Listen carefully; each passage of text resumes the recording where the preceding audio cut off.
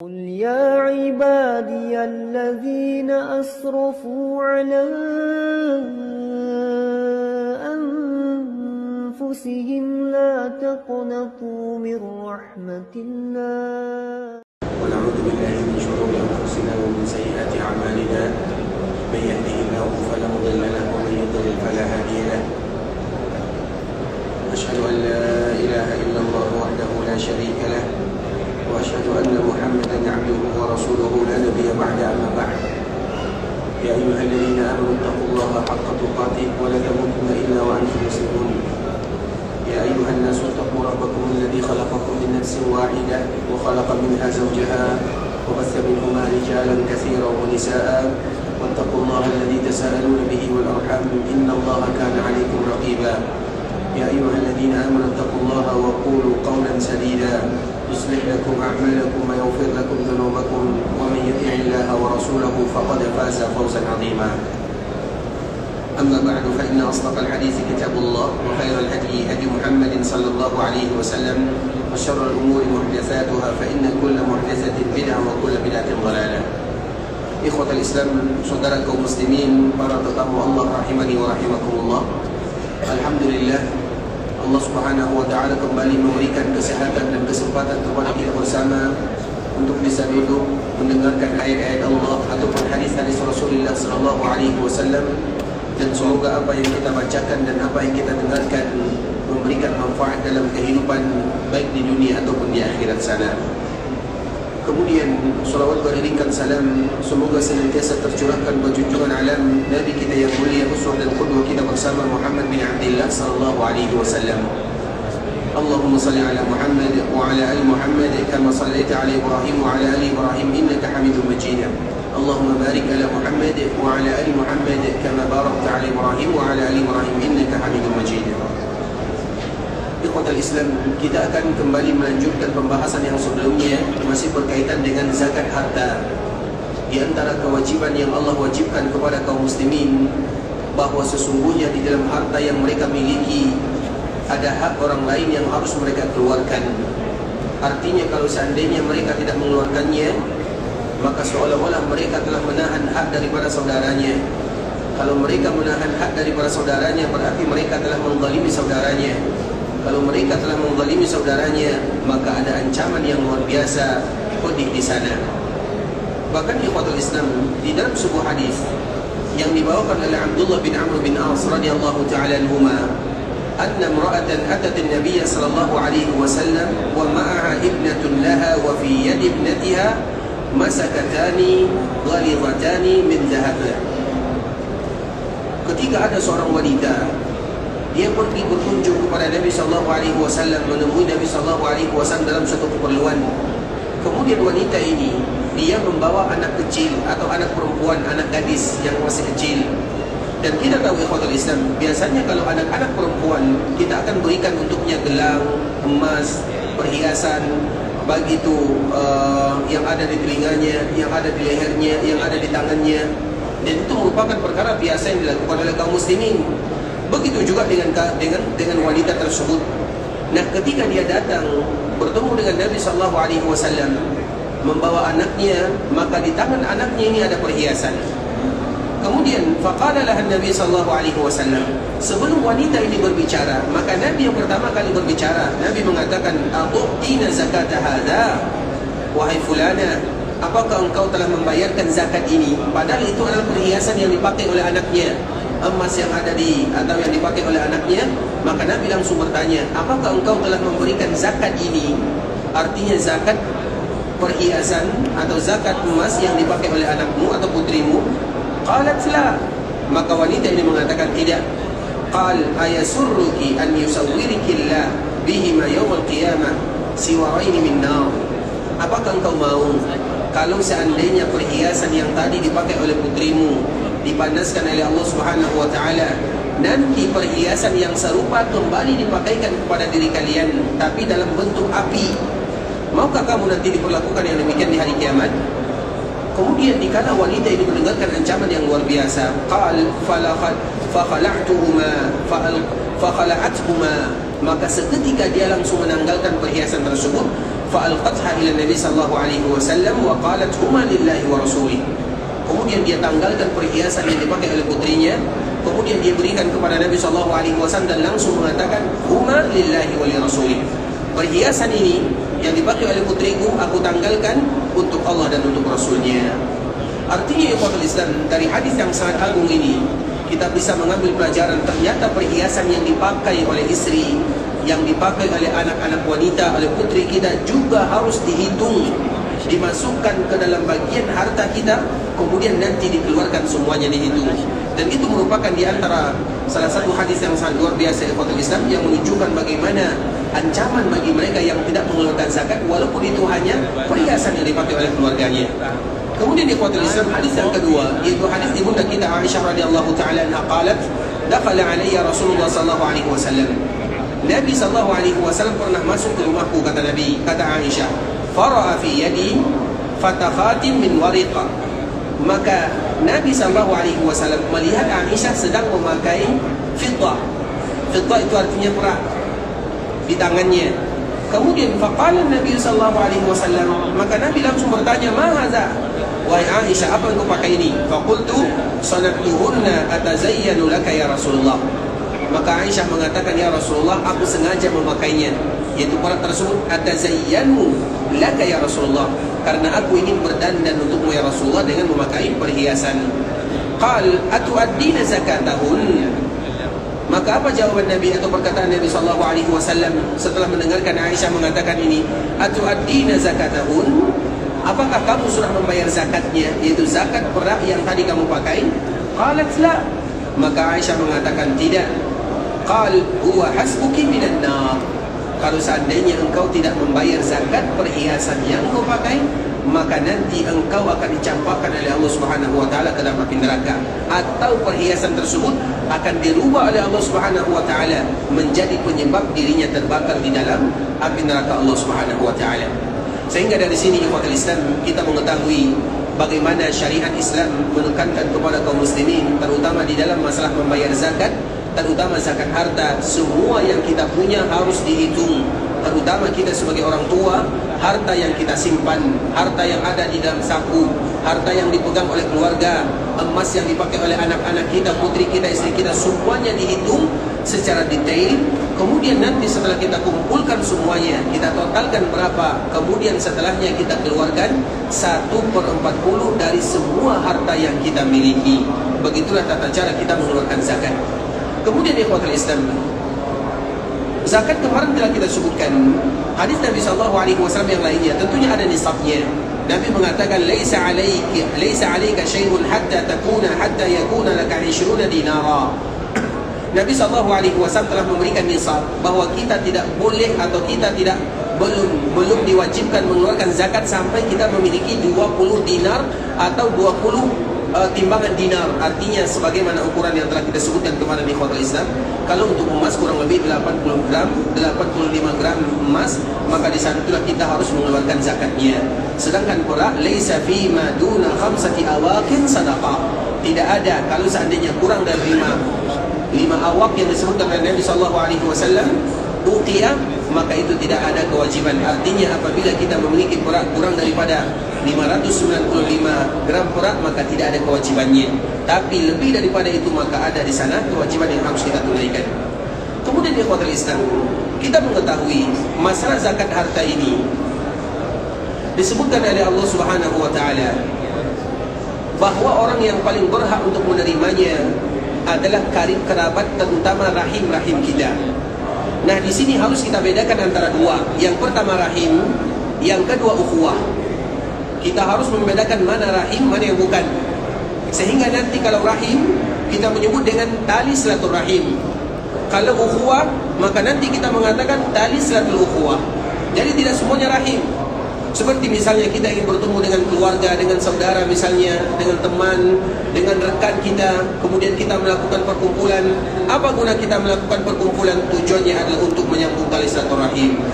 Nah, kalimat ini kurang tepat. Tujuannya adalah untuk menyambung tali silaturahim, karena rahim itu tidak semuanya. Rahim itu adalah orang-orang khusus saja. Sedangkan kalau hanya sekedar rekan saja, teman saja, kawan saja, maka itu namanya menyambung tali silatul ukhuwah. Sedangkan rahim itu siapa? Yang pertama adalah ayah dan ibu, orang tua kita. Itu sudah pasti. Ataupun yang menggantikan orang tua, kakek ataupun nenek. Kemudian siapa lagi? Saudara daripada ayah, saudara daripada ibu. Saudara ayah namanya paman. Saudara ibu namanya, apa bahasa kitanya? Paman juga ya. Paman, artinya saudara ayah, saudara ibu, paman. Saudari ayah, saudari ibu, paman. Baik yang satu ayah, atau yang satu ibu, atau yang satu ayah dan satu ibu, semuanya. Begitu juga dengan saudara kita dan saudari kita yang satu ayah, atau yang satu ibu saja, atau yang satu ayah dan satu ibu. Nah, lingkungan ini atau rombongan ini, itulah yang disebut dengan rahim. Itulah yang disebut dengan rahim. Luar daripada itu tidak lagi disebut dengan rahim. Di luar daripada itu tidak lagi disebut dengan rahim, tapi disebut dengan kerabat, al-aqrabin. Nah, al-aqrabin itu terbagi pula kepada dua. Ada al-aqrabin yang dekat, ada al-aqrabin yang jauh. Seperti misalnya anak paman, anak bibi. Anak bibi ini pada Islam, apakah dia rahim kita atau tidak? Rahim atau tidak? Apa jawabannya? Rahim atau tidak? Sepupu, sepupu kalau bahasa kita. Sepupu kita itu rahim atau tidak? Tidak. Apa buktinya tidak? Karena kita boleh menikah dengannya, iya atau tidak? Dengan anak paman boleh nikah atau tidak? Dengan anak bibi boleh menikah atau tidak? Boleh. Maka mereka tidak termasuk rahim, tapi mereka karib kerabat dekat. Bisa dipahami? Maka dibedakan rahim ikhwatul Islam. Kalau seandainya anak paman saja tidak rahim, bagaimana dengan orang lain akan menjadi rahim? Rahim itu rahim, namanya rahim. Karena rahim itu ikhwatul Islam. Kalau kita memutuskan hubungan tali satu rahim berbeda dengan memutuskan hubungan tali dengan tali satu ukhuwah, berbeda dosanya. Misalnya kita dengan kawan satu kantor, atau misalnya kawan rekanlah teman, kemudian kita ada masalah, kita tidak tegur sapa, kita berdosa. Tapi kalau seandainya kita ada masalah dengan bibi, dengan saudara, dengan saudari, itu dosanya jauh lebih besar. Bahkan Nabi mengatakan la yadkhulul jannata qati'. Orang yang memutuskan tali rahimnya, rahim yang mana? Lingkaran yang tadi kita sebutkan, la yadkhulul jannah, dia tidak akan masuk surga. Bahkan di ikhwatul Islam kita tahu, dikala kita beramal, maka amalan kita kalau diterima oleh Allah akan diangkat, ilaihi yas'adul kalimut thayyib. Amalan yang kita lakukan kalau diterima oleh Allah, misalnya kita salat diangkat, kalau kita puasa diangkat. Jadi ibadah yang kita lakukan ini diangkat oleh Allah, bukti diterima ibadahnya. Nah, salah satu syarat atau salah satu orang yang tidak akan pernah diterima amal ibadahnya adalah mereka yang memutuskan rahimnya. Satu jengkal pun tidak akan diangkat oleh Allah. Percuma kita salat kalau kita ada masalah dengan paman. Percuma kita puasa kalau seandainya kita ada masalah dengan saudara, kita memutuskan hubungan dengan mereka. Maka Nabi mengatakan la yadkhulul jannata qati'. Tidak masuk surga mereka yang memutuskan rahimnya. Rahim itu siapa? Yang tadi. Tapi kalau dengan teman kita ada masalah, kita tidak berbicara, itu lain. Tetap kita ada masuk surga, kemungkinan masuk surga, amalan tetap diterima karena tidak ada hubungan rahimnya dengan kita. Makanya di dalam syariat Islam, ikhwatul Islam, maka agama betul-betul menekankan bagaimana bermasalah dengan rahim tidak sama dengan bermasalah dengan orang lain. Itu berbeza. Makanya agama senantiasa mencari solusi bagaimana kita setiap ada masalah. Karena setiap rahim kita pasti ada masalah. Kita dengan saudara-saudara kita, betapa banyak orang yang tidak tegur sapa dengan saudaranya, dengan saudarinya. Betapa banyak orang yang ada masalah dengan pamannya, dengan bibinya. Bahkan betapa banyak manusia yang ada masalah dengan orang tuanya. Mereka tinggalkan, tidak berbicara, mereka putuskan. Itu semuanya adalah dosa besar yang disebutkan oleh Allah Subhanahu wa taala dan juga oleh Nabi sallallahu alaihi wasallam. Nah, agama Islam di antara salah satu cara untuk mempererat hubungan kita dengan rahim atau dengan karib kerabat dekat adalah masalah sedekah. Makanya dalam riwayat ikhwatul Islam, Nabi SAW mengatakan bersedekah yang paling bagus adalah kepada rahim dan kepada karib kerabat dekat, selama mereka bukan asal kita, selama pula mereka bukan cabang kita, dan selama mereka bukan tanggung jawab kita. Asal kita ayah ibu, cabang kita anak cucu, tanggung jawab kita keluarga, anak dan istri. Itu semuanya tidak boleh kita bersedekah.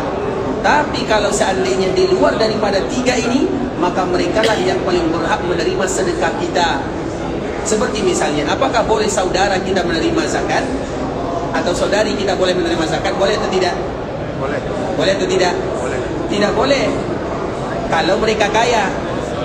Tapi kalau mereka berhak, maka mereka boleh menerima zakat. Apakah bibi kita boleh menerima zakat? Mereka yang harus kita utamakan kalau mereka termasuk orang-orang yang berhak menerima zakat. Makanya ikhwatul Islam, di dalam sebuah riwayat ini adalah riwayat yang dibawakan oleh Abu Talha. Abu Talha ini adalah salah seorang yang kaya, memiliki perkebunan yang banyak sekali di kota Madinah. Abu Talha adalah salah seorang sahabat yang istrinya bernama Ummu Sulaim. Keluarga ini adalah keluarga barokah. Ummu Sulaim, anaknya adalah Anas bin Malik. Anas bin Malik adalah pembantu Nabi. Abu Talha adalah orang yang masuk Islam, dan Islam itu adalah mahar yang diminta oleh Ummu Sulaim. Artinya keluarga ini adalah keluarga yang barokah dunia akhirat. Abu Talha adalah orang yang kaya yang berasal dari Madinah. Di antara hasil kekayaannya, dia memiliki kebun kurma yang sangat indah. Di dalam kebun kurmanya bagus, dan kurmanya kebetulan di depan Masjid Nabawi. Jadi dulu di tempat depan itu adalah kebun kurmanya milik Abu Talha.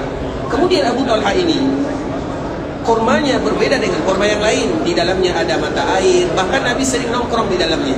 Artinya Nabi sering duduk di sana, sering duduk, kemudian minum dari perkebunan air yang ada di perkebunan Abu Talha. Artinya perkebunannya betul-betul terkenal di depan Masjid Nabawi. Kemudian tiba-tiba Allah menurunkan sebuah ayat yang berat bagi kita untuk melakukannya. Bahkan sampai sekarang jarang di antara kita yang bisa melakukannya. Apa ayat tersebut? Allah Subhanahu wa taala mengatakan, "Lan tanalul birra hatta tunfiqu mimma tuhibbun." Kalian tidak akan mendapatkan kebaikan yang sesungguhnya, dan kebaikan yang sesungguhnya itu adalah surga yang tinggi. Lan itu litabid, sekali-kali tidak akan pernah. Lan tanalul birra hatta, sampai kapan? Tunfiqu mimma tuhibbun, sampai kalian berinfak, bersedekah sesuatu yang kalian suka. Biasanya kan kita bersedekah sesuatu yang kita tidak lagi butuh, atau kita bersedekah sesuatu yang kita tidak lagi menggunakannya, atau kalaupun kita menggunakannya sesuatu yang kita tidak meminatinya lagi. Itu baru kita sedekahkan, dan itu tabiat manusia. Nah, sehingga ayat ini turun, lan tanalul birra hatta tunfiqu mimma tuhibbun. Kalian tidak akan mendapatkan kebaikan yang sesungguhnya sampai kalian berinfak dengan sesuatu yang kalian suka. Dan itu dimiliki oleh orang-orang Ansar. Orang-orang Ansar ikhwatul Islam, kenapa mereka disebut dengan Ansar? Karena mereka memberikan sesuatu yang mereka suka. Bahkan bukan yang hanya mereka suka saja, yang menjadi kekhususan miliknya mereka pun berbagi kepada saudara kaum muslimin yang lain. Maka Allah menyebutkan walau kana bihim khasasah. Walau kana bihim khasasah. Khasasah itu artinya bahasa kita khasun, khusus. Artinya mereka akan tetap berbagi walaupun itu khusus milik mereka. Mereka akan tetap berbagi, itu miliknya. Itu miliknya, kemudian diberikan kepada orang lain. Makanya disebut dengan Ansar. Ansar itu artinya yang betul-betul menolong. Kemudian ayat ini dikala turun, lan tanalul birra hatta tunfiqu mimma tuhibbun. Maka Abu Talha yang tadi kita ceritakan, dia duduk dan dia merasakan dirinya belum akan mendapatkan kebaikan karena dia tidak pernah berinfak dengan sesuatu yang pernah dia sukai. Berinfak dengan sesuatu yang sisa-sisa itu biasa. Misalnya kita punya uang 1 juta, berinfak 10.000, 100.000, itu biasa. Tapi kalau seandainya Abu Talha, dikala dia mendengarkan lan tanalul birra hatta tunfiqu mimma tuhibbun, maka tiba-tiba dia datang langsung kepada Nabi SAW. Kemudian dia mengatakan, ya Rasulullah, aku mendengarkan ayat ini dan aku merasa ini adalah ayat yang memanggil diriku. Ketahuilah ya Rasulullah, sesungguhnya harta yang paling aku sukai adalah Bayruha. Bayruha itu adalah kebun kurma yang ada di depan Masjid Nabawi. Depan Masjid Nabawi, kebun kurma yang strategis, tempatnya mahal, sama dengan misalnya daerah-daerah yang ada di sekitar Masjid Nabawi. Itu bukan sesuatu yang murah. Dan namanya Bayruha. Ya Rasulullah, Bayruha adalah kebun kurma yang paling aku sukai. Maka aku serahkan untuk Allah dan untuk Rasulnya. Diberikan kepada Nabi SAW. Kemudian Nabi SAW menerimanya. Kemudian apa kata Nabi SAW? Maka Nabi mengatakan kepada Abu Talha, ketika kamu sudah memberikan kebun Bayruha ini untuk Allah dan Rasulnya, maka berikanlah kepada karib kerabatmu, bagikan kepada mereka yang membutuhkan, wa bani ammik, dan berikan kepada anak-anak pamanmu. Mereka lah yang paling berhak menerima harta yang Allah titipkan kepada kita. Bukan orang lain yang pertama, keluarga kita yang pertama. Anak paman, karib kerabat, saudara kita, saudari kita. Makanya kalau ada di antara kita yang berzakat, jangan cari jauh orang lain, jangan cari orang lain. Kalau ada keluarga kita yang miskin, karena zakat itu ikhwatul Islam. Kita berbicara tentang zakat. Kalau kita sebutkan, kemungkinan kita tidak ada yang berzakat. Karena zakat itu yang sesungguhnya kita berikan kepada karib kerabat, keluarga, itu kita hitung berapa kebutuhannya 1 tahun. Misalnya ada yang membutuhkan zakat, kemudian kebutuhan dia 1 bulan, kurang lebih misalnya kita anggaplah 2 juta. 2 juta misalnya, karena biasanya setiap orang memiliki kebutuhan yang berbeda, anggaplah 2 jutaan. Nah 2 juta kali 12 berarti 24 juta. Zakat kepada dia sesungguhnya adalah 24 juta, bukan 200 ribu. 200 ribu itu THR namanya. Itulah zakat yang sesungguhnya. Ini sesungguhnya ya. Jadi cara berzakat itu ikhwatul Islam, dihitung berapa kebutuhan saudara kita itu 1 tahun. Kalau seandainya kita berikan, misalnya kita berikan 20 juta lah kebutuhannya. Nah dengan 20 juta ini, mereka akan berpikir, aku akan jadikan modal, aku akan usaha. Bisa jadi Allah angkat ekonominya. Kemudian pada tahun depan dia tidak lagi termasuk orang yang berhak menerima zakat. Tapi kalau kita kasih 300 ribu, 200 ribu, malam raya habis semuanya. Beli rendang, ataupun beli yang makanan dan yang semisalnya, beli kue raya dan yang semisalnya. Karena 300 ribu ditabung, nanggung, dibelanjakan juga nanggung, serba nanggung semuanya. Kita berbicara tentang zakat harta, ini zakat harta namanya. Oleh karenanya ikhwatul Islam, begitulah semestinya zakat harta.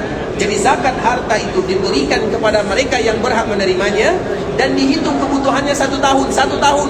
Kalau tahun depan ternyata mereka masih menjadi ahli atau menjadi orang yang berhak menerima zakat, maka kita berikan lagi. Tapi itu kalau karib kerabat kita dan kita mudah untuk menghitungnya dan zakat kita banyak. Kecuali kalau seandainya zakat kita tidak terlalu banyak. Makanya bagus ya itu ikhwatul Islam, kalau seandainya ada zakat kita misalnya tahun ini kita berzakat 5 juta, maka 5 juta ini jangan dibagi-bagi, berikan kepada 1 orang.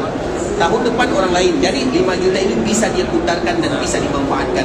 Karena tujuan zakat itu sebenarnya, karena zakat harta itu tidak ada hubungannya dengan Ramadan. Itu harus kita ingat. Yang ada hubungannya dengan Ramadan adalah zakat fitri atau zakat fitrah. Sedangkan zakat harta itu hubungannya dengan harta kita. Kapan sampai nisab dan haulnya, di saat itulah kita keluarkan, baik di dalam bulan Ramadan ataupun di luar Ramadan. Tapi karena kebiasaan kita mengeluarkan di bulan Ramadan, karena kebutuhan kaum muslimin meningkat, maka tidak menjadi masalah. Tapi caranya harus kita kembalikan, karena tujuan zakat itu adalah mengangkat ekonomi kaum muslimin. Itu tujuannya. Makanya kita lihat di ikhwatul Islam, ketika betul-betul semuanya mengeluarkan zakat, maka yang namanya kaum muslimin itu yang miskin, yang membutuhkan itu tidak lagi terlalu banyak. Karena betul-betul kaum muslimin mereka sudah mengeluarkan zakat dan mereka telah memberikan semestinya. Dan itu kita berbicara tentang semestinya. Tapi Ustaz, kalau seandainya ada orang yang membagi-bagi, karena ini kita juga sulit di kota Islam. Kalau diberikan hanya kepada 1 orang, nanti yang lain banyak datang Ustaz, keluarga yang lain, bagaimana caranya? Cari harta yang lain. Karena kita tidak akan pernah miskin dengan sedekah. Artinya kota Islam ini kita berbicara tentang hukum asal. Tapi kalau seandainya di luar daripada hukum asal, karena kemaslahatan atau karena faktor yang lainnya, maka itu bebas bagi kita melakukannya. Bisa dipahami ya?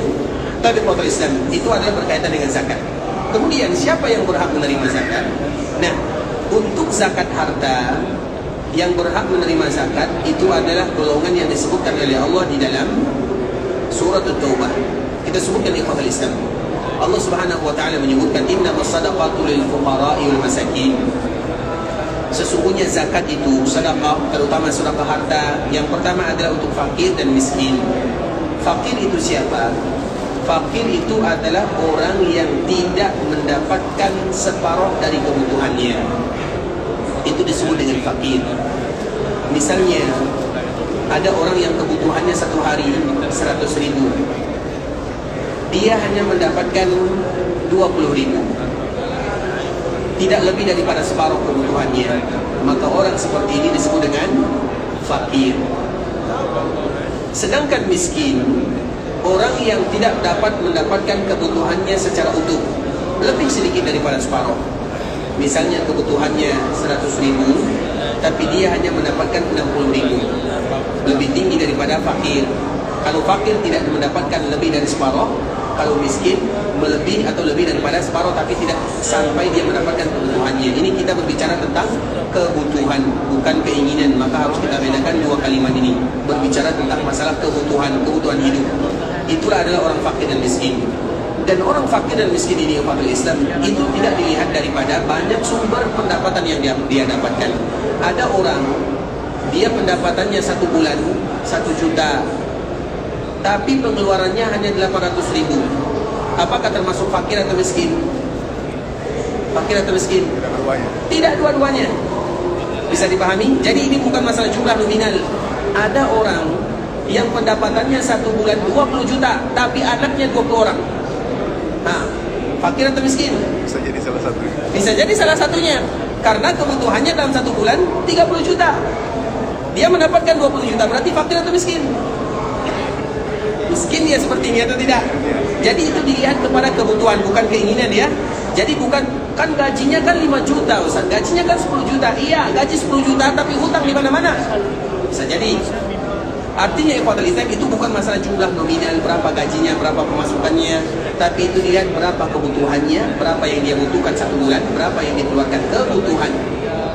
Maka disitulah disebut dengan fakir atau miskin. Kemudian ikhwatul Islam, fakir dan miskin. Wal amilin. Amilin itu artinya orang yang amil. Dari sini kita kenal dengan istilah amil zakat. Kita kemarin telah menyinggung sedikit di ikhwatul Islam. Amil zakat itu hanya ada pada zakat harta sahaja. Sedangkan untuk zakat yang lain tidak ada yang namanya istilah amil. Misalnya zakat fitri atau zakat fitrah, tidak ada yang namanya istilah amil zakat. Boleh kalau kita tetap membantu kaum muslimin, tapi namanya adalah panitia, PJK atau panitia zakat, boleh, tidak menjadi masalah. Kenapa demikian? Karena amil zakat, kita harus tahu, amil zakat itu adalah orang yang pintar, ahli di dalam hitung-menghitung. Artinya mereka bukan orang sembarangan. Karena dengan mereka ahli hitung-menghitung, mereka tahu berapa harus dikeluarkan, berarti mereka harus tahu fikih zakatnya. Misalnya kalau masalah harta mungkin mudah, tapi kalau masalah harta perdagangan harus dihitung semuanya perdagangannya. Kemudian nanti dikeluarkan. Kalau masalah peternakan, kalau seandainya masalah lain, jadi amil zakat itu kerjanya bukan duduk. Amil zakat itu kerjanya tanggung jawabnya berat. Karena kalau salah-salah, berarti dia berdosa, dia tanggung jawab. Karena ini masalah zakat, masalah harta. Sehingga harus detail, maka disebut dengan amil. Nah, dengan usahanya, dengan keahliannya, maka dia berhak untuk menerima zakat walaupun dia orang kaya. Walaupun dia orang kaya. Maka kemarin kita menyebutkan di ikhwatul Islam, ada 3 golongan orang kaya yang mereka boleh menerima zakat. Salah satunya amil. Walaupun mereka kaya, tapi karena ilmu dalam masalah zakat, sehingga mereka mendapatkan bagian zakat. Nah, dikala zakat ini boleh bagi mereka menerima uangnya, hartanya, karena dia sebagai amil. Tapi kalau untuk zakat fitri, walaupun sebagian kaum muslimin mengatakan itu amil, tapi ingat, mereka tidak boleh mengambil zakat tersebut kecuali mereka fakir atau miskin. Panitia tidak boleh mengambilnya, karena mereka tidak berhak, kecuali kalau mereka berhak. Sedangkan kalau zakat harta, maka mereka berhak, karena amil itu menerima zakat harta. Maka disebut dengan wal amilina 'alaiha. 'Alaiha itu artinya alai sedekah, terhadap sedekah. Maka disebut wal amilina 'alaiha. Baik. Innama sadaqatul fuqara wal masakin wal amilina 'alaiha wal muallaf. Muallaf itu ikhwatul Islam. Yang pertama, kategori muallaf, orang yang baru saja masuk Islam. Kalau seandainya sudah 5 tahun masuk Islamnya, apakah masih disebut dengan muallaf? Tidak lagi. Muallaf itu baru saja masuk Islam, itu yang pertama. Yang kedua, yang diharapkan keislamannya, walaupun dia belum masuk Islam, tapi diharapkan keislamannya. Misalnya ada tetangga kita yang beragama Nasara, kita kawan dekat, kita tetangga, dan kita berharap supaya dia masuk Islam. Walaupun dia belum masuk Islam, kita berikan zakat kita kepadanya. Semoga-moga dengan zakat ini Allah mudahkan hatinya, gerakkan hatinya untuk masuk dalam agama Islam. Itu juga disebut dengan muallaf. Kemudian muallaf, seperti misalnya di kampung, biasanya di setiap kampung, di setiap daerah itu ada tukang jaganya, atau kalau istilahnya ada premannya lah istilahnya, atau orang-orang yang mungkin yang lebih banyak membuat onarnya atau banyak maksiatnya. Nah, orang-orang seperti ini kita jangan pernah menghinakan manusia. Misalnya kita lihat di kampung kita ada preman, ada orang jahat, bisa jadi kejahatannya ada alasannya. Nah, bagaimana supaya kita menutup kejahatannya? Salah satunya diberikan kepada mereka zakat. Bisa jadi dikala kita berikan kepada mereka zakat, dia bertaubat kepada Allah dan dia menjadi orang yang terbaik. Karena dia jadi jahat, bisa jadi karena tidak ada harta, tidak ada penghasilan. Kemudian kita berikan kepada mereka zakat, bisa jadi mereka berubah setelahnya. Maka kita tidak boleh pernah melihat orang sebelah mata. Pernah ada suatu ketika ikhwatul Islam, ini berbicara tentang zakat secara umum di zaman Nabi. Jadi ada orang yang berzakat dan berzakatnya di malam hari. Dan biasanya kalau zakat di malam hari kita tidak melihat orangnya, maka dia berikan zakat. Ternyata pada malam hari itu dia berikan zakat kepada pencuri. Coba bayangkan, kepada pencuri. Sehingga kawan-kawannya, rekan-rekannya menegurnya, "Tidakkah kamu tahu kalau itu seorang pencuri?" Maka orang ini mengatakan, "Allah tahu untuk apa tujuanku berzakat." Kemudian malam yang berikutnya dia kembali berzakat. Ternyata dia kembali berzakat kepada wanita yang berzina. Artinya wanita jalang lah kalau bahasa kitanya. Kawan-kawan yang lain mereka juga marah. "Tidakkah kamu tahu kalau dia seperti ini, seperti itu?" Disebutkan sifatnya. Maka orang ini kembali menjawab, "Allah tahu untuk apa aku berzakat." Kemudian malam ketiga dia tetap berzakat. Ternyata zakat ini jatuh di tangan orang kaya. Orang heran, zakat itu bukan kepada orang kaya. Zakat, sedekah, infak bukan kepada orang kaya. Yang boleh diberikan kepada orang kaya namanya hadiah.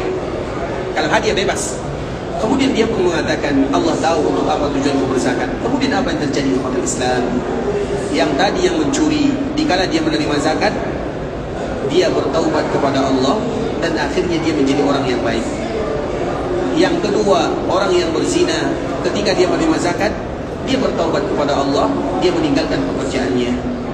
Yang ketiga, yang tadi zakatnya kepada orang kaya, ternyata orang kaya ini adalah orang kaya yang kedekut, pelit.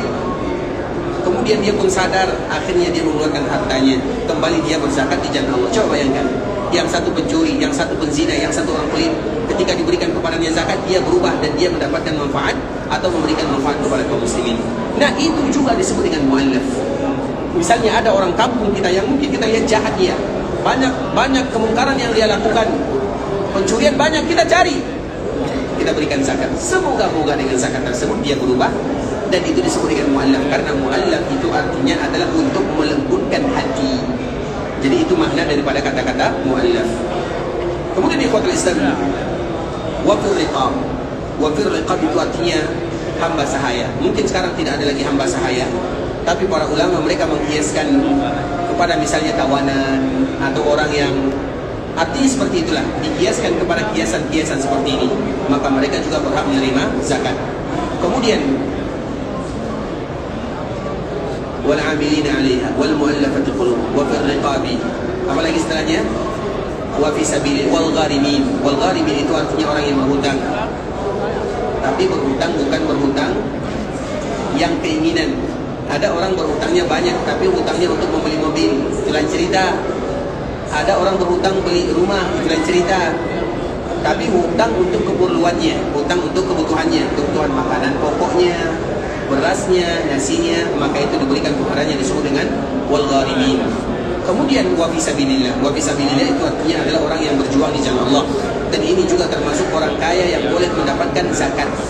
Makanya di dalam ayat yang 8 ini disebut dengan al-asnaf az-zamaniyah. Ke-8 orang ini ada 3 orang kaya yang boleh menerima zakat. Amil, orang yang jihad di jalan Allah. Kemudian yang terakhir wabnu sabil. Ibnu sabil. Ibnu sabil itu artinya orang yang lebih banyak jalannya. Artinya dia berada di jalan-jalan. Bisa jadi karena dia kesasar atau melakukan perjalanan jauh untuk belajar agama ataupun yang semisalnya. Maka semuanya disebut dengan ibnu sabil. Walaupun dia kaya pada hukum asalnya, tapi karena dia lebih banyak di jalannya, karena kesasarnya atau karena ada masalah yang lebih besar di sana, maka itu semuanya disebut dengan ibnu sabil. Ini ada 8 golongan yang berhak menerima zakat dan kita pilih salah satu di antaranya. Karena sebagaimana tadi kita telah menyebutkan di pengalisan, zakat itu yang paling bagus. Jangan dibagi sedikit-sedikit, karena kalau sedikit-sedikit cepat habisnya, cepat hilangnya. Artinya hikmah daripada zakat itu kurang. Walaupun boleh, tapi kita khawatirkan nanti hikmahnya kurang. Tapi kalau kita berikan, maka mereka akan berpikir uang sebanyak ini untuk apa? Untuk modal usaha, untuk kegiatan yang lainnya, atau untuk mengangkat ekonominya dan yang semisalnya. Maka sehingga dengannya itu pula bisa memberikan manfaat dan maslahat kepada dirinya.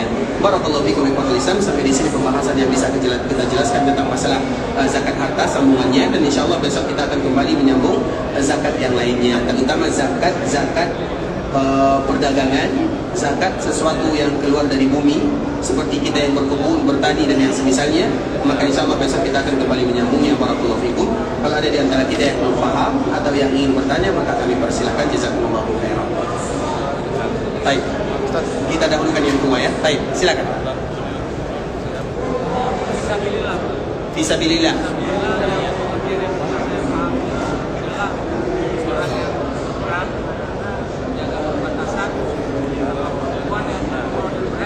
Baik.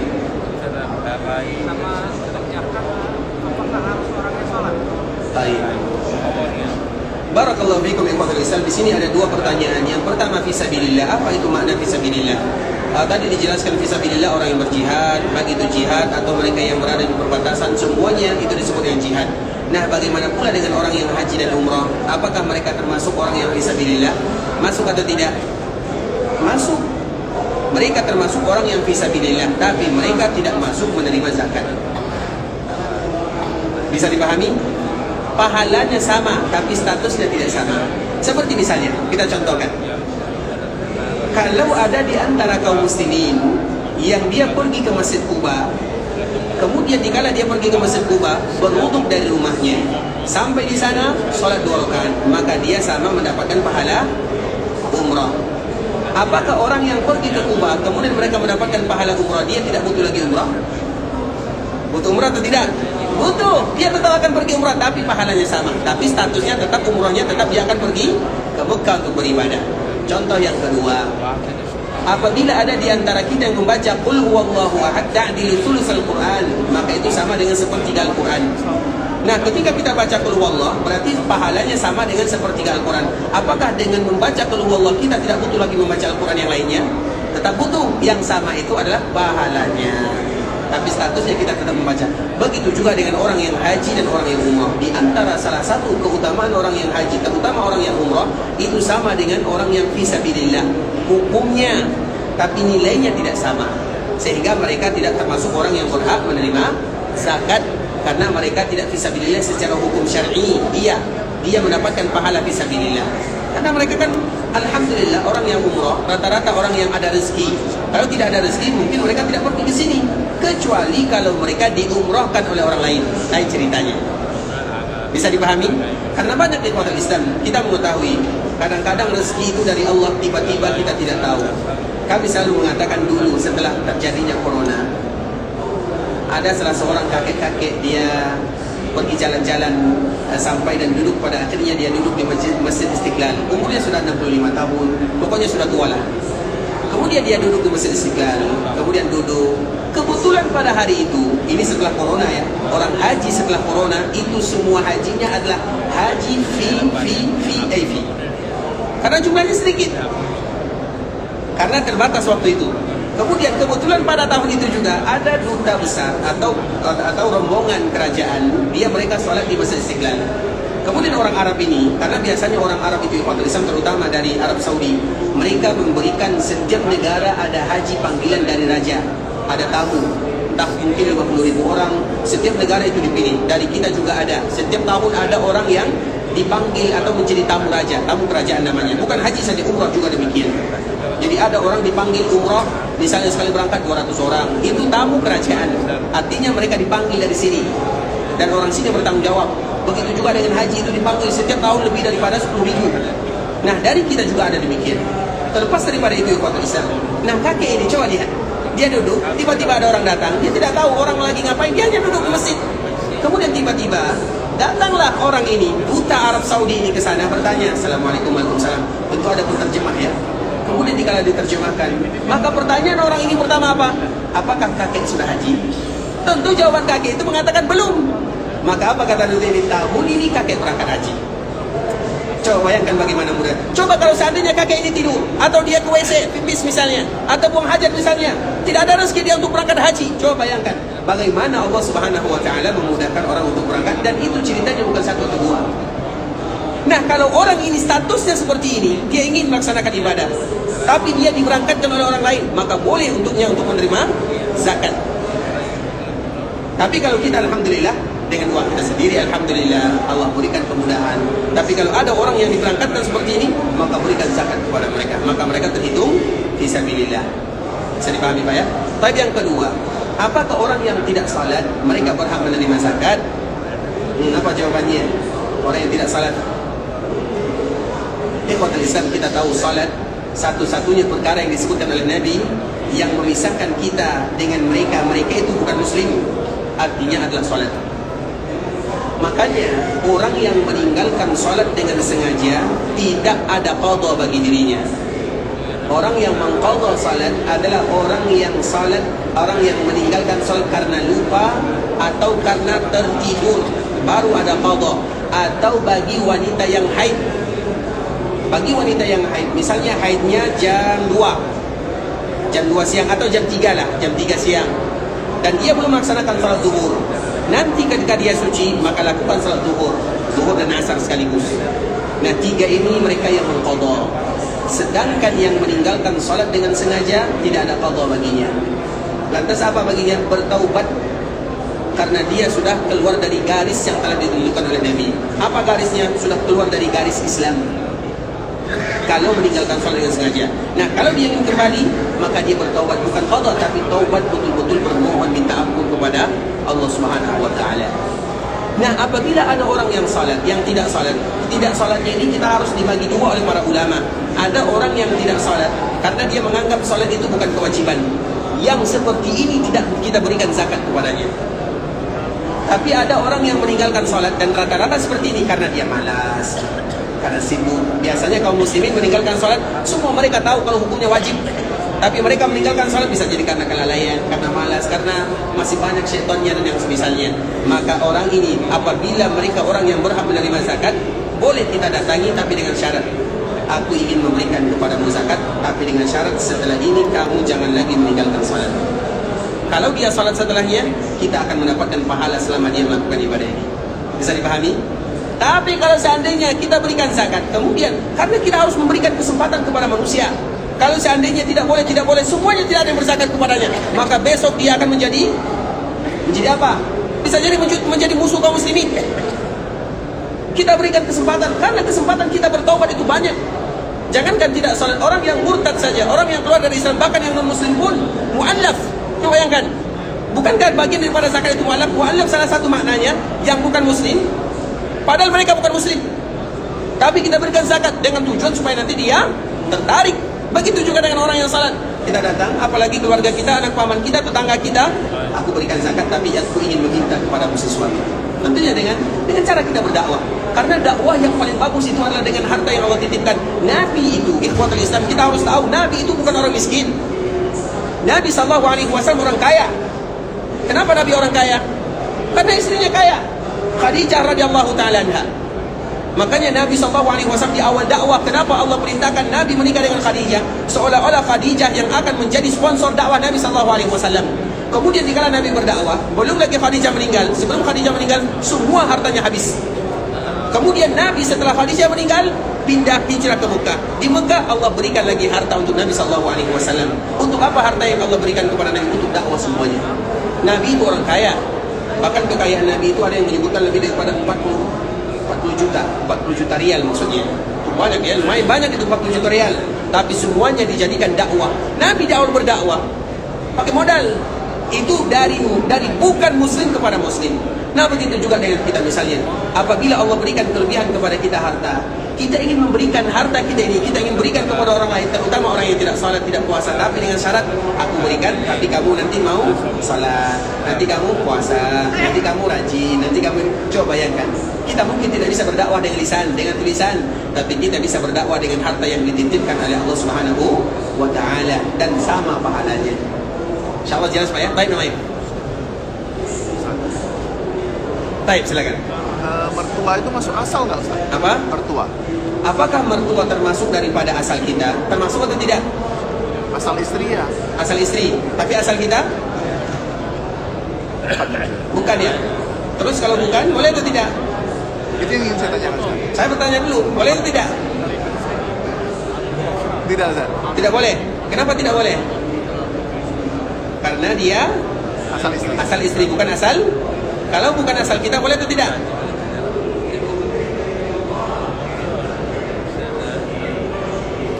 Yang lain, mertua boleh tidak menerima zakat? Boleh, karena dia bukan mertua tanggung jawab kita atau tidak? Kita berbicara secara hukum ya. Mertua itu tanggung jawab kita atau tidak? Yang tanggung jawab itu anaknya, bukan mertuanya. Ini secara hukum ya. Walaupun kita nanti tetap ya yang namanya kekeluargaan itu pasti. Tapi secara hukum misalnya, karena kalau kita bilang mereka tanggung jawab, kalau ada orang yang tidak memberikan belanja dan nafkah kepada mertuanya, dia berdosa. Kalau kita bilang itu tanggung jawab, bisa dipahami? Karena kalimat itu harus kita bagi-bagi, kita pilih-pilih. Sehingga apabila ada orang yang mertuanya mungkin termasuk orang yang berhak menerima zakat, maka mereka lah yang pertama kali yang boleh. Yang tidak boleh itu kalau istri kita berzakat kepada orang tuanya. Kalau kita berzakat kepada mertua, maka tidak menjadi masalah. Tapi kan apakah mungkin kita berzakat kepada mertua, anaknya saja diberikan kepada kita? Gimana? Kan ke sana lagi perginya. Iya atau tidak? Tak mungkin kan? Menantu durhaka namanya. Tapi kalau secara hukum boleh atau tidak?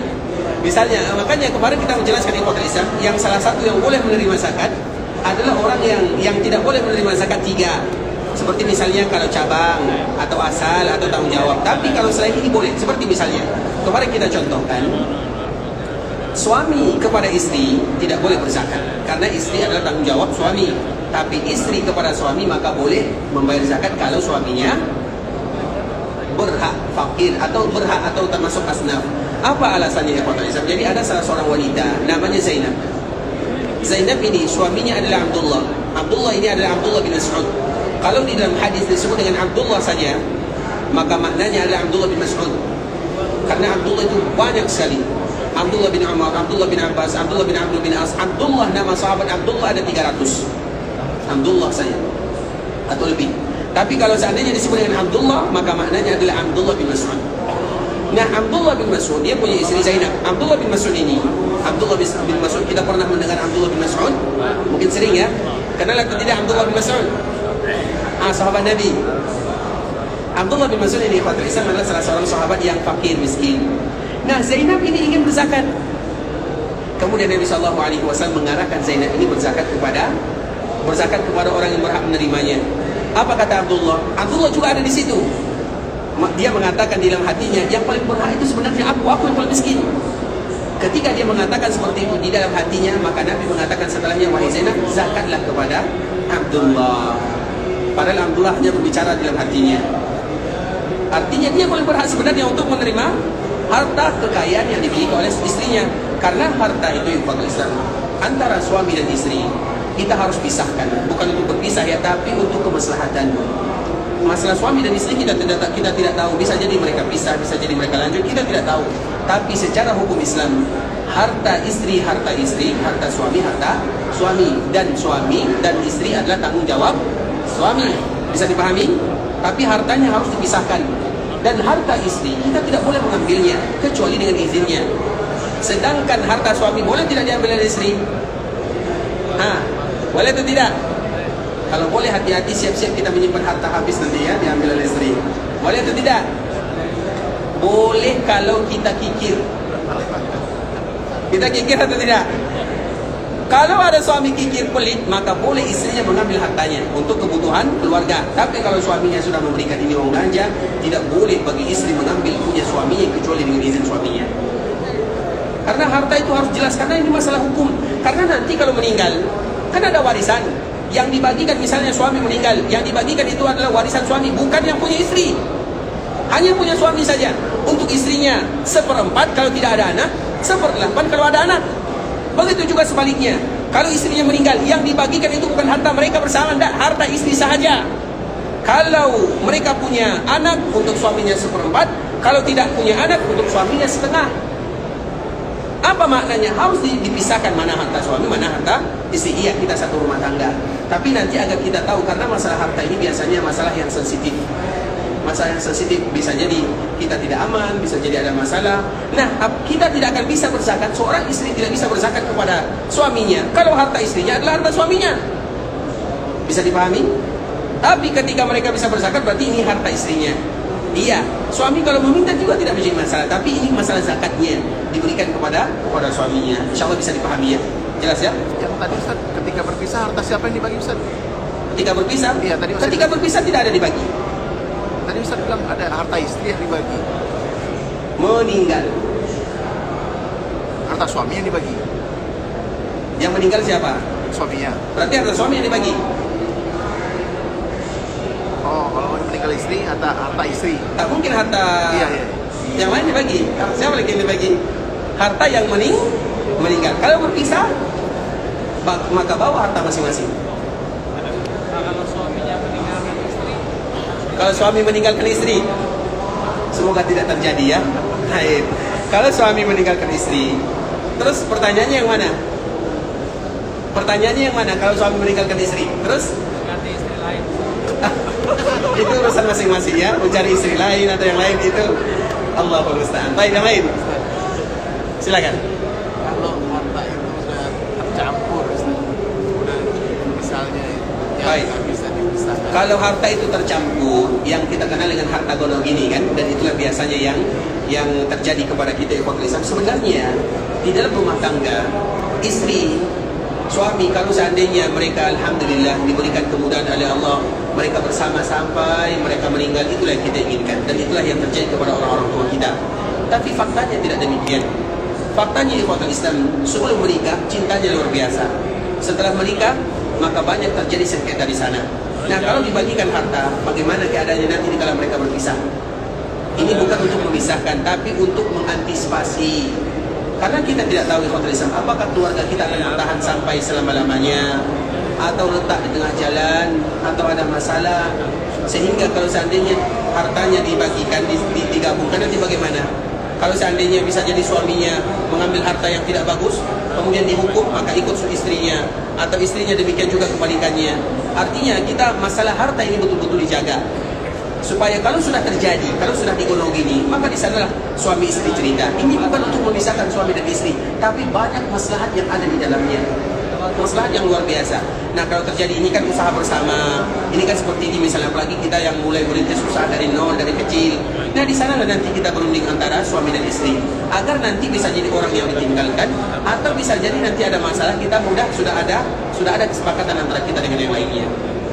Walaupun ikhwatul Islam sebenarnya masalah membagi itu boleh kalau seandainya secara hukum adat atau secara tradisi, maka tidak menjadi masalah selama mereka masih sama-sama ridho.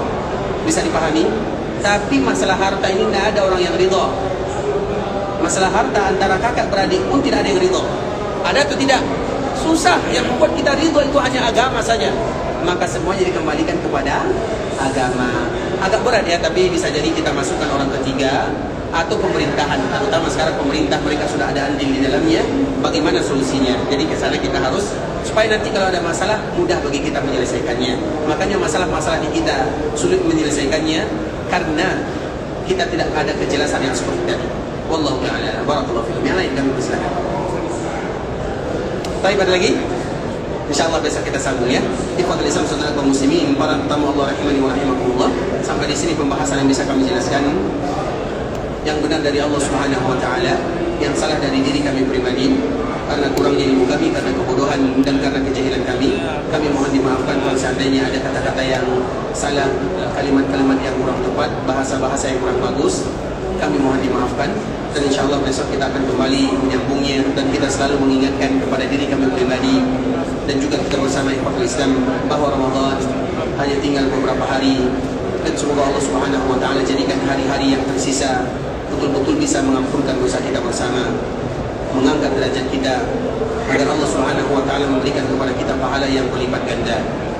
Kalau ada di antara kita yang ingin pergi ke Mekah, semoga Allah Subhanahu wa taala menerima semua amal ibadahnya. Allah kabulkan doa dan permintaannya. Allah jadikan umrahnya adalah umrah yang mabrurah, wa sa'yan mashkura, wa damman maghfura. Kalau ada di antara kita yang masih berada di kota Madinah, semoga diberikan istiqamah di dalam beribadah kepada Allah Subhanahu wa taala. Kalau ada di antara kita yang ingin pulang ke kampung halamannya, semoga dimudahkan perjalanannya, dilancarkan urusannya, kembali bersua dan berjumpa bersama keluarganya dalam keadaan sehat dan afiat.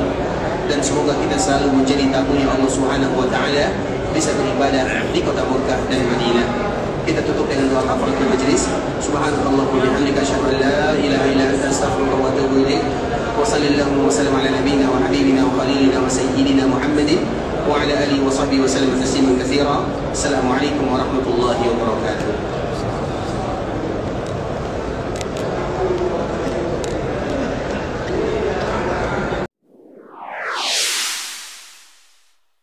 قل يا عبادي الذين أسرفوا على أنفسهم لا تقنطوا من رحمة الله